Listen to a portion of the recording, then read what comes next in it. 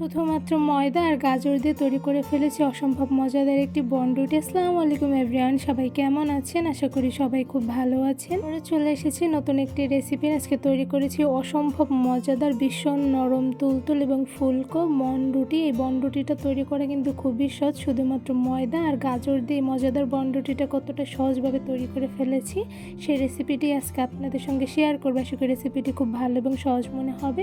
তো চলুন এই মজাদার বনরুটি তৈরির ফুল রেসিপিটি দেখে নেই। প্রথমে একটি বোলের মধ্যে দিয়ে দিচ্ছি মেজারমেন্ট কাপের 1 কাপ পরিমাণ উষ্ণ গরম দুধ, আর সাথে দিয়ে দিচ্ছি 1.5 টেবিল চামচ পরিমাণ ইস্ট আর 1/2 চা চামচ পরিমাণ লবণ। সাথে দিয়ে দিচ্ছি 1 টেবিল চামচ পরিমাণ চিনি। আপনাদের স্বাদ মতন কমিয়ে বাড়িয়ে নিতে পারেন। এবার খুব ভালোভাবে সবগুলো উপকরণকে চামচের সাহায্যে নেড়ে নিচ্ছি। এবার দিয়ে দিচ্ছি ময়দা। এখানে আমি 2 কাপ পরিমাণ ময়দা দিয়ে দিচ্ছি। আপনার চাইলে কিন্তু এখানে আটাও ব্যবহার করতে পারেন। আর সাথে দিয়ে দিচ্ছি কুচি করা গাজর। এখানে আমি হাফ কাপের মতন দিয়ে দিয়েছি। এবার খুব ভালোভাবে সবগুলো উপকরণ মেখে নিব। ময়দার ডোগুলো কিছুক্ষণ সময় নিয়ে খুব ভালোভাবে মুথে নিতে হবে, তাহলে কিন্তু বনরুটিগুলো ভীষণ পরিমাণে সফট হবে।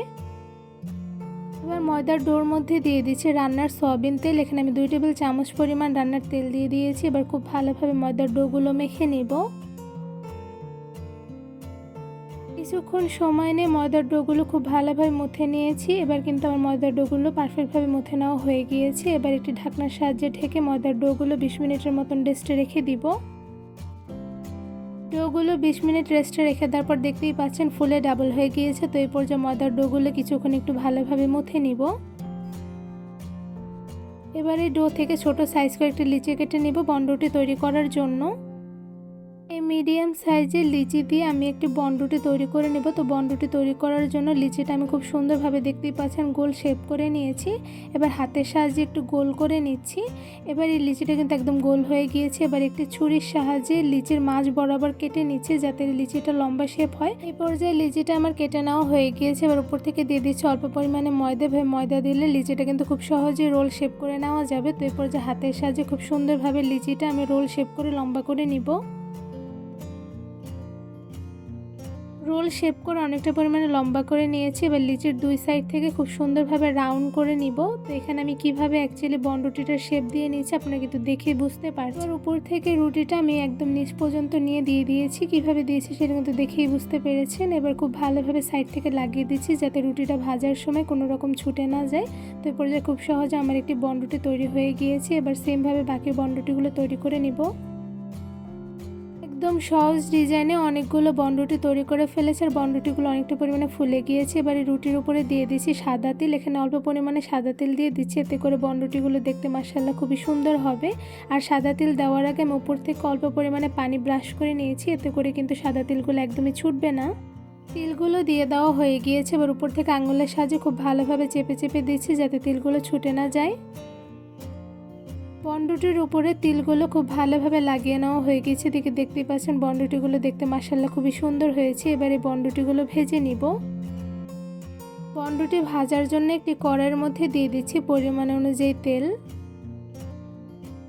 তেলগুলো মিডিয়াম আঁচে কিছুক্ষণ গরম করে এর মধ্যে একটা একটা করে সবগুলো বানিয়ে রাখা বনরুটিগুলো দিয়ে দিচ্ছি।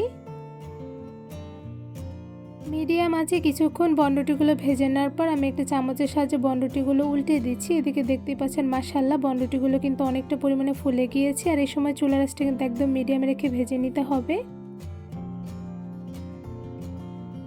কিছুক্ষণ বনরুটি ভেজে নেওয়ার পর দেখতেই পাচ্ছেন একটা সাইডে কিন্তু খুব সুন্দর কালার চলে এসেছে। তো এই পর্যায়ে বনরুটিটা উল্টে দিয়েছি। এবার আরও কিছুক্ষণ সময় নিয়ে বনরুটিগুলো ভেজে নিব।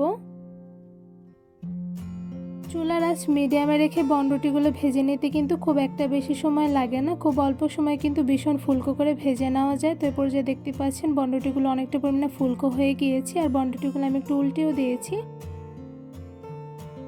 কিছুক্ষণ বনরুটি ভেজে নেওয়ার পর দেখতেই পাচ্ছেন খুব সুন্দর গোল্ডেন ব্রাউন কালার চলে এসেছে। এরপর যে একটা ছাঁকনির সাহায্যে ছেঁকে বনরুটিটা তুলে নিচ্ছে। আর এদিকে দেখতেই পাচ্ছেন মাশাআল্লাহ খুব সুন্দর কালার এসেছে। এবারে বনরুটিগুলো একটু ছুরিতে তুলে নিব। শুধুমাত্র ময়দা আর গাজর কুচি দিয়ে খুব সহজে তৈরি করে ফেলেছি ভীষণ মজাদার এবং ফুলকো নরম তুলতুলে বনরুটি। বনরুটিগুলো দেখতে যেমন মাশাআল্লাহ সুন্দর হয়েছে, সাথে কিন্তু ভীষণ পরিমাণে মজাদার হয়েছে। বনরুটিগুলো কিন্তু শুধু খেতে মজাদার হয়নি, সাথে কিন্তু হয়েছে ভীষণ ফুলকো আর ভীষণ পরিমাণে নরম তুলতুলে। দেখতেই পাচ্ছেন কতটা পরিমাণে নরম তুলতুলে হয়েছে। আমি বনরুটিটা আপনাদের একটু ভেঙে দেখাচ্ছি অ্যাকচুয়ালি ভিতরে কেমন হয়েছে। তো এদিকে দেখতে পাচ্ছেন মাশাআল্লাহ কতটা পরিমাণে সফট হয়েছে। যাদের টিফিন থেকে শুরু করে বিকালে নাস্তা হিসেবে চা দিয়ে খাওয়ার জন্য কিন্তু এই বনরুটিগুলো খুব সহজে কোনো রকম ঝামেলা ছাড়াই তৈরি করে ফেলা যায়। বনরুটিগুলো তৈরি করা যেমন সহজ, সাথে খেতে কিন্তু অসম্ভব মজাদার। এই মজাদার বনরুটি তৈরির রেসিপিটা আপনাদের কাছে কেমন লেগেছে তা আমাকে অবশ্যই কমেন্ট করে জানাবেন। বনরুটি তৈরির রেসিপিটি ভালো লেগে থাকলে আমার চ্যানেলটি সাবস্ক্রাইব করে ভিডিওতে বেশি বেশি লাইক কমেন্ট শেয়ার করে আমার পাশেই থাকবেন। আজকে এখানেই বিদায় নিচ্ছি। সবাই সুস্থ থাকবেন, ভালো থাকবেন। আল্লাহ হাফেজ।